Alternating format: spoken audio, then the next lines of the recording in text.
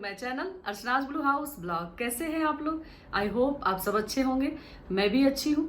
आज की जो टॉपिक है उसे तो आप लोगों ने पढ़ी ही होगी कि क्या करें हम जब हमारी कोई बार बार बेइज्जती करे, हमारे ना चाहने के बावजूद भी और हमारे अच्छे काम करने के बावजूद भी। अगर जानबूझ करके कोई आपको बार बार बेइज्जत कर रहा है तो उस टाइम हमें क्या करना चाहिए, आज हम इसी विषय पे बात करेंगे।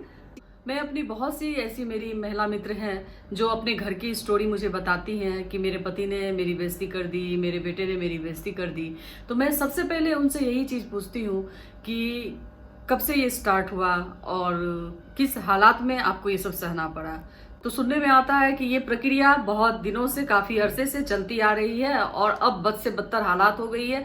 अब ऐसा स्थिति हो गया है कि दोनों एक दूसरे को देखना भी नहीं पसंद करते हैं। तो ऐसी हालात न उत्पन्न हो, इसके लिए स्टार्टिंग में ही आप उन चीजों को रोक दे जो आपको बिल्कुल पसंद नहीं आता है। तो मैं इस बात की शुरुआत करूंगी खास करके उन महिलाओं के लिए जो हाउसवाइफ है और घर में रहती है और किसी भी चीज में ना नहीं बोल पाती है।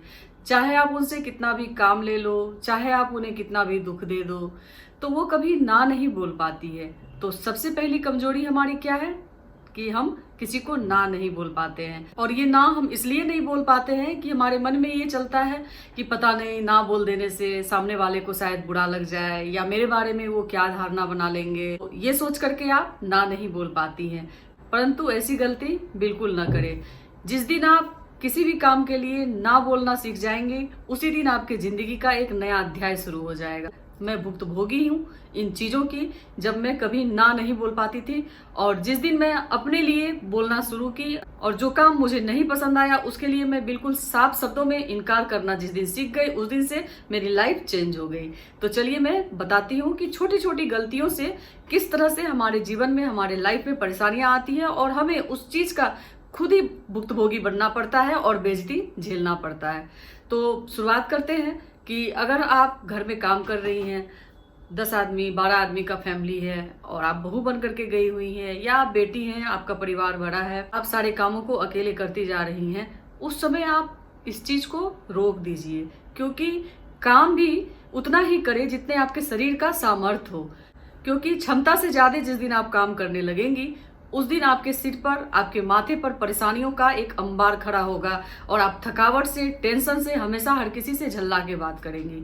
तो सबसे पहले इस चीज को स्टॉप करें। क्यों? दूसरी बात, जैसे महिलाएं घर में सभी को खाना खिलाती है, पुरुष है, बच्चे हैं, पति है, ससुर है, सास है, देवर है। आजकल तो खास करके संयुक्त फैमिली होती नहीं है, व्यक्तिगत फैमिली ही होती है।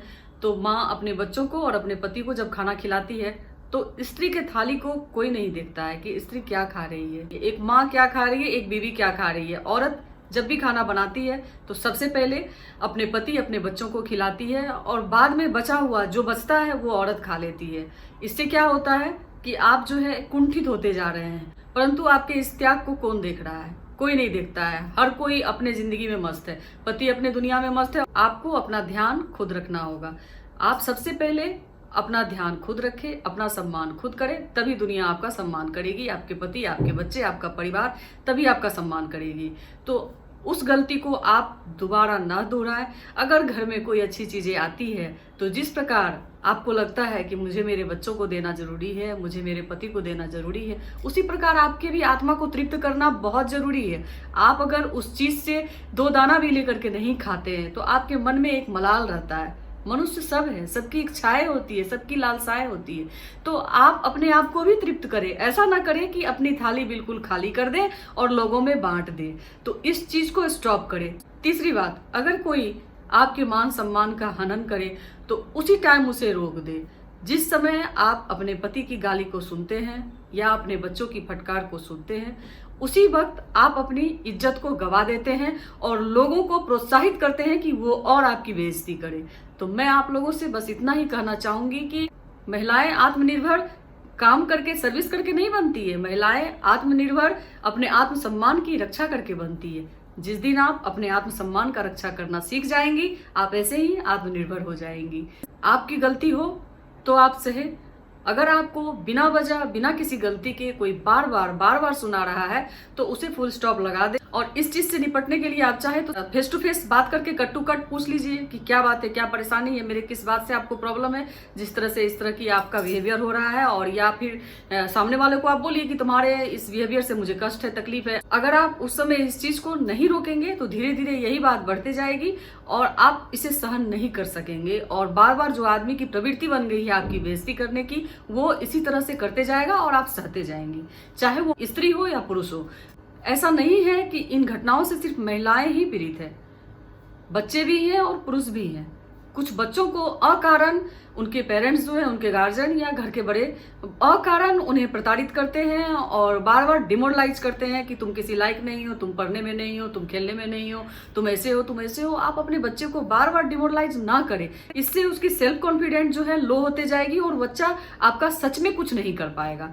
तो इन चीजों पे बच्चों को भी रोक लगानी चाहिए कि बस करो, अब ये चीज नहीं होना चाहिए और मुझे ये चीज नहीं पसंद है।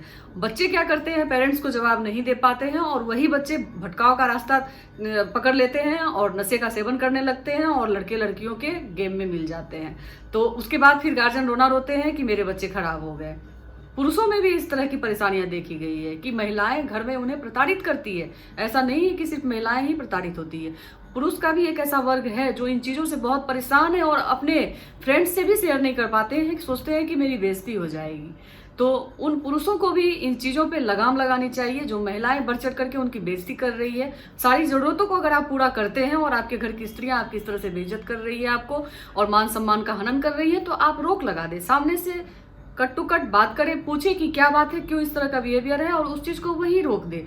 नहीं तो धीरे धीरे ये बात बहुत हद तक बढ़ जाएगी और समय हाथ से निकल जाएगा। आशा करती हूँ मेरी ये छोटी छोटी टिप्स आपको अच्छी लगी होगी और मेरी बातों से आप सहमत होंगे। अगर मेरी ये वीडियो आप लोगों को पसंद आए तो please like, comment, share and subscribe my channel. और जो मेरे नए व्यूवर्स हैं जो मुझे आज पहली बार देख रहे हैं, अगर आप लोगों को मेरी ये वीडियो पसंद आए और आप मुझे आगे देखना चाहते हैं तो please like, comment, share and subscribe my channel Archana's blue house blog. आप लोगों के सहयोग की मुझे बहुत ही जरूरत है। और जो मेरे पुराने व्यूवर्स हैं जो मुझे अच्छी अच्छी कमेंट्स देते हैं, उन सभी का तहे दिल से धन्यवाद जो मुझे अपना कीमती समय देते हैं। मेरे चैनल से इसी तरह जुड़े रहने के लिए और मुझे ढेर सारा प्यार देने के लिए आप सभी का तहे दिल से धन्यवाद। आज के इस ब्लॉग में बस इतना ही, कल फिर मिलेंगे। Bye bye, take care, love you all guys.